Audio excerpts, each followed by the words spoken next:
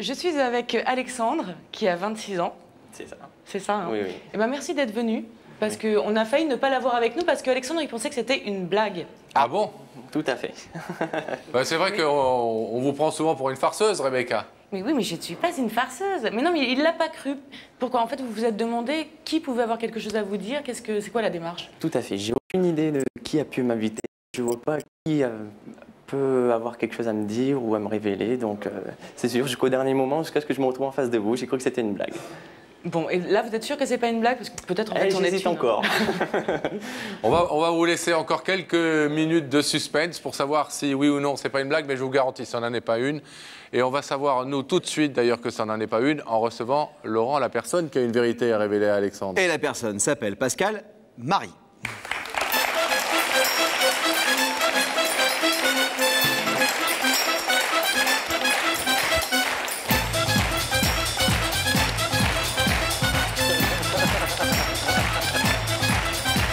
Bonjour. Bonsoir Marie. Prenez place. Marie, On se calme les garçons. Elle a descendu l'escalier en soufflant. À une star. Non, pas du tout. À une star. Pas du tout. Vous avez une démarche.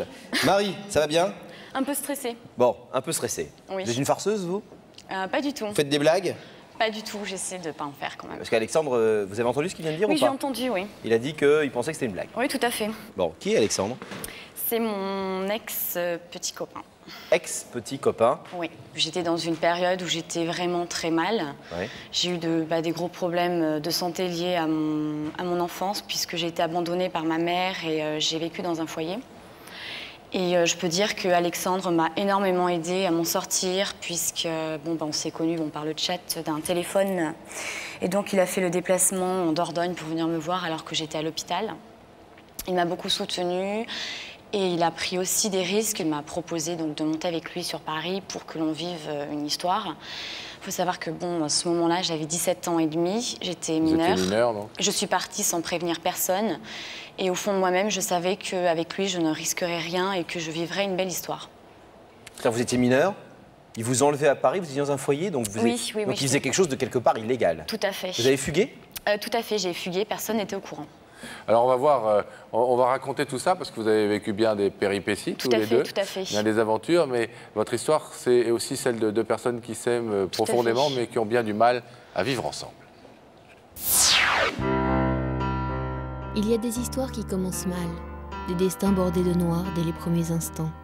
Marie n'est encore qu'un petit bébé lorsque sa maman l'abandonne aux soins d'un institut religieux. Fragilité d'une petite fille qui découvre le présent avec un manque. Vie d'enfant sans papa, sans maman. Absence de sourire sur les photos. Regard vide, manque d'amour. Petite Marie, comment te faire aimer la vie?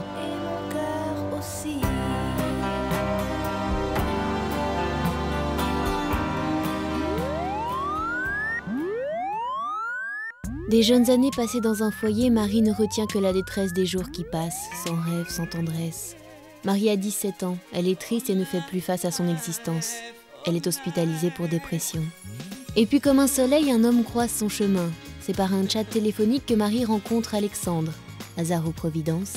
Les kilomètres les séparent, Alexandre vit à Paris, Marie en Dordogne. Mais après une semaine, les discussions ne suffisent plus. Alexandre décide de venir voir Marie à l'hôpital. C'est un coup de foudre. Pour la première fois, elle apprend à sourire, elle apprend à aimer, à rêver pour deux. Marie est encore jeune et la folie des premiers instants pousse ces deux-là à s'enfuir à Paris. 6 mois à vivre ensemble passionnément. Et puis à s'aimer très vite, très fort, on devient possessif. On commet des erreurs qui nous éloignent l'un de l'autre. Les 7 ans qui les séparent tout à coup sont un obstacle. Marie devient possessive, jalouse. Alexandre privilégie son travail. Le temps passe, rien ne va plus. Marie est désemparée, elle le trompe et lui avoue. L'histoire s'arrête. 1 an et demi après leur rupture, une femme reconnaît ses erreurs et ce soir, elle est prête à tout pour retrouver son amour perdu. Alexandre acceptera-t-il de l'entendre? Qui a pris la décision que ça s'arrête? Je pense que c'est un petit peu des deux et je pense que s'il a souhaité qu'on arrête cette relation, c'était pas mal de ma faute parce qu'en ce temps-là, j'étais jeune. Bon là, j'avais eu donc mes 18 ans, j'étais trop jalouse, j'étais trop possessive, j'avais peur. En fait, j'étais constamment en train de le harceler, Vraiment, j'avais peur qu'il m'abandonne comme ma mère l'avait fait. Et quand les gens m'aident et quand les gens m'aiment, je m'accroche et je veux pas qu'on m'abandonne, quoi. C'est carrément ça. Syndrome de l'abandon. Tout à fait. Bien connu. Et on peut en parler parce que vous nous avez autorisé à en parler. Tout à fait. Parce que bizarrement, vous nous dites j'ai peur qu'on m'abandonne, puis à la fois vous faites tout pour qu'on vous abandonne quelque part. Oui, c'est sûr. C'est ça qui est un peu compliqué parce que je crois que vous avez eu une petite histoire pendant que vous étiez avec lui. Oui, je l'ai trompé. Et je lui ai dit à la fin, quand on s'est séparés. Comment est-ce qu'il a réagi, Alexandre, à ce moment-là? Disons que bon, le jour où j'ai failli lui dire, il a failli pleurer, il a failli réagir de façon assez violente. Mais bon, après, quand on s'est séparés, je lui ai dit, et là, il a vraiment très mal pris, et ce qui est tout à fait normal. Hein. Pour moi, je pense que j'aurais réagi de la même sorte que lui, parce que bon, il faut savoir qu'il n'était pas obligé de prendre les risques qu'il a fait pour moi. Je veux dire, il aurait pu avoir des problèmes avec la gendarmerie et tout, et il a vraiment pas eu peur. Hein, c'est vraiment quelqu'un de vraiment fantastique, et vraiment, je regrette sincèrement tout ce que j'ai pu faire comme mal et tout ce que j'ai pu détruire, quoi. Qu'est-ce que vous avez comme relation avec lui depuis 1 an et demi? Quel type de relation? Les relations sont assez tendues puisque moi, je suis toujours plus ou moins en train de vouloir essayer de récupérer quelque chose de notre relation,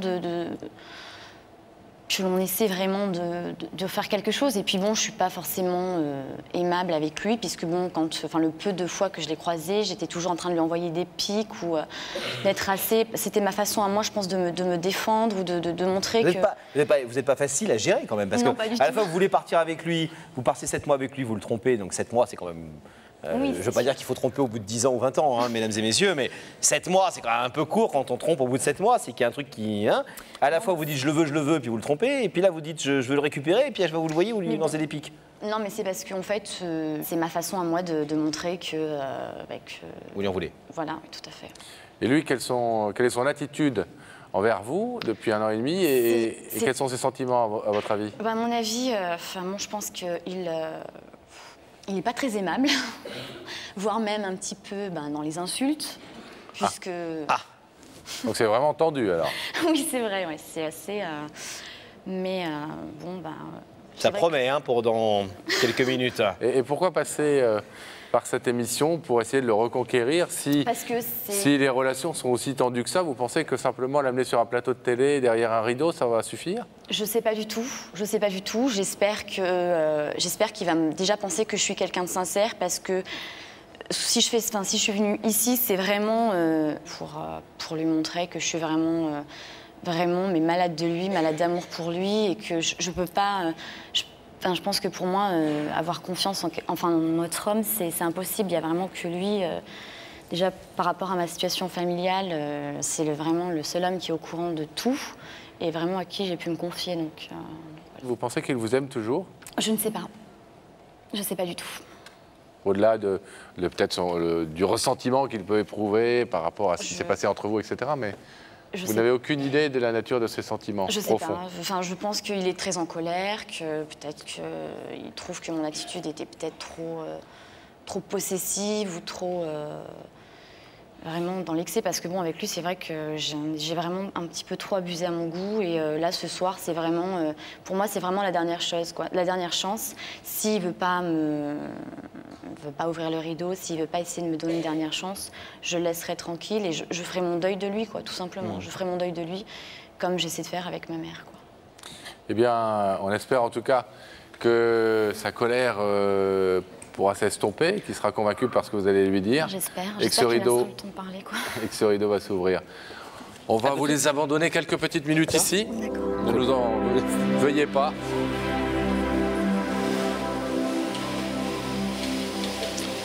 Le rideau se ferme. Gabriel Coteau, est-ce que vous pouvez, s'il vous plaît, rallumer la connexion? Merci. Avec Rebecca. Eh bien, moi, je suis toujours là. Mais Alexandre aussi. Et ça y est, je crois que c'est clair. Alexandre sait que ce n'est pas une blague. C'est clair ou pas? Oui, c'est très clair maintenant. Donc il peut venir alors. En tout cas, Alexandre, je vais vous demander de vous lever. Oui. La vérité est au bout du couloir. D'accord. Et vous allez suivre Sam. Très bien, je peux pas rester avec vous? Non, je crois qu'il faut suivre Sam. D'accord, bon, d'accord, avec ça.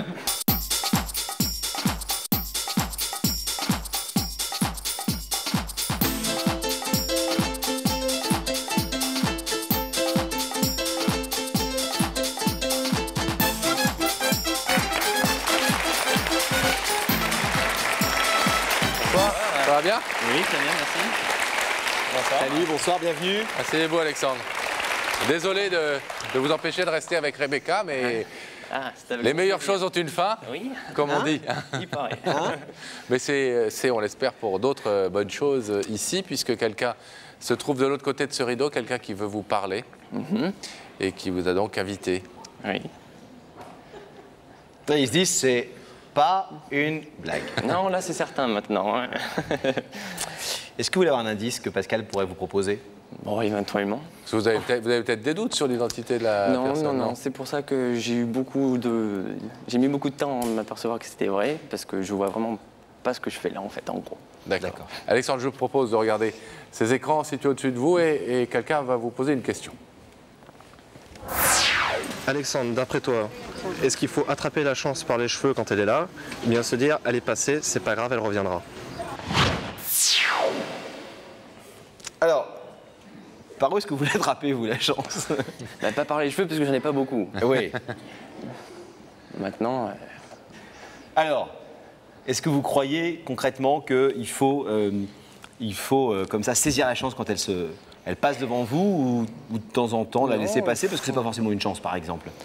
généralement, on essaie de l'attraper au vol. Je suis assez opportuniste et j'essaie de la prendre quand elle se présente. Vous faites de grandes choses pour les gens que vous aimez, par exemple? Vous êtes capable de faire des grandes choses?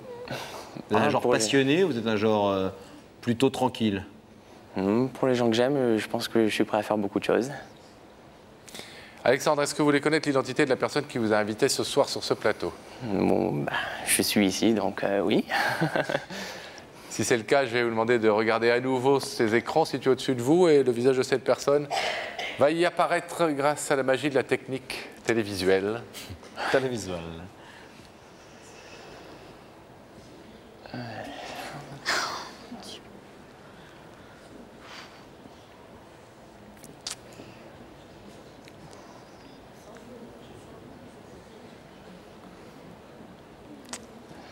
Oui. C'est pas une blague. Non, là, pourtant j'aimerais bien. Vous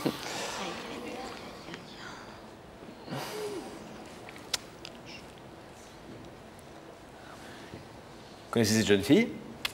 Oui. Quelqu'un qui a compté pour vous? Pendant un moment, oui. Est-ce que vous voulez entendre ce qu'elle a à vous dire ce soir?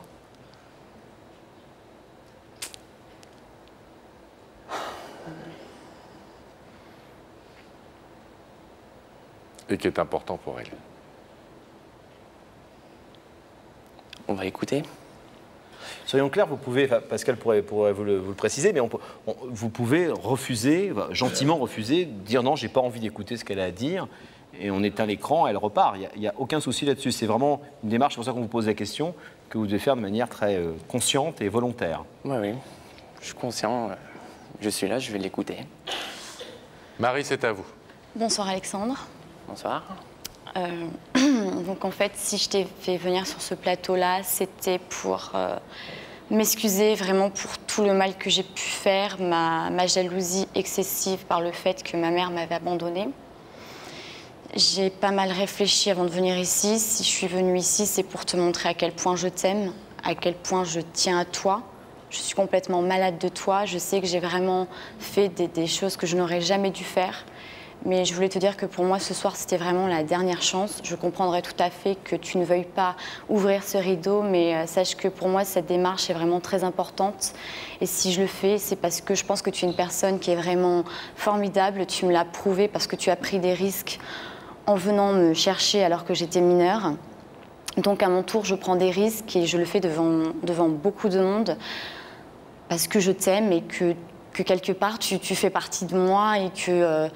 jusqu'à présent, tu es vraiment la seule personne qui a vraiment pu me montrer ce que c'était d'aimer. Et je voulais te dire aussi que tu es le seul homme qui sait tout sur ma vie. Et pour moi, tu sais très bien que ce n'est pas quelque chose de facile.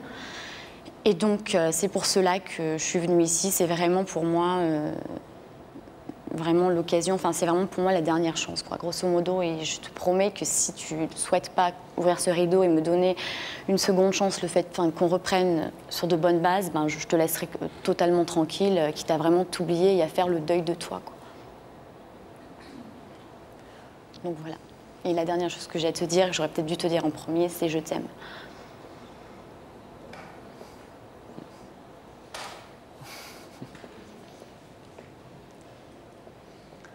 Jolie déclaration. Oui. Jolie jeune femme. C'est une surprise pour vous de découvrir Marie dans ces écrans? Un petit peu, oui. Est-ce qu'elle vous dit, vous surprend, vous étonne, vous émeut? Ça me surprend pas. Mais je pensais pas que elle aurait été jusqu'à me faire venir jusqu'ici. Trépide. Oui. Courageuse. Ça Elle vous nous a- touche? Pardon? Ça vous touche? Bah, un petit peu, la démarche, déjà, oui. Vous savez quelle va être votre décision? Oui, Oui. oui. Alors Alexandre, si elle est prise, je vais vous demander de vous lever. Face à ce rideau, Marie est venue ce soir, vous l'avez bien compris, je crois, vous demander pardon et vous dire en même temps qu'elle vous aime infiniment et qu'elle vous demande une dernière fois de reprendre votre relation. Vous savez que vous pouvez laisser ce rideau fermé, pour ce soir en tout cas. Vous pouvez aussi l'ouvrir et répondre donc favorablement à sa demande. Qu'est-ce que vous décidez, Alexandre? Je vais laisser le rideau fermé. Vous le laissez fermer? Oui. Vous avez quelque chose à dire pour justifier, ce qui n'est pas du tout une obligation d'ailleurs, votre décision? Vous lui dire à elle quelque chose, un petit mot? Je pense qu'elle sait tout. Elle sait tout. Voilà.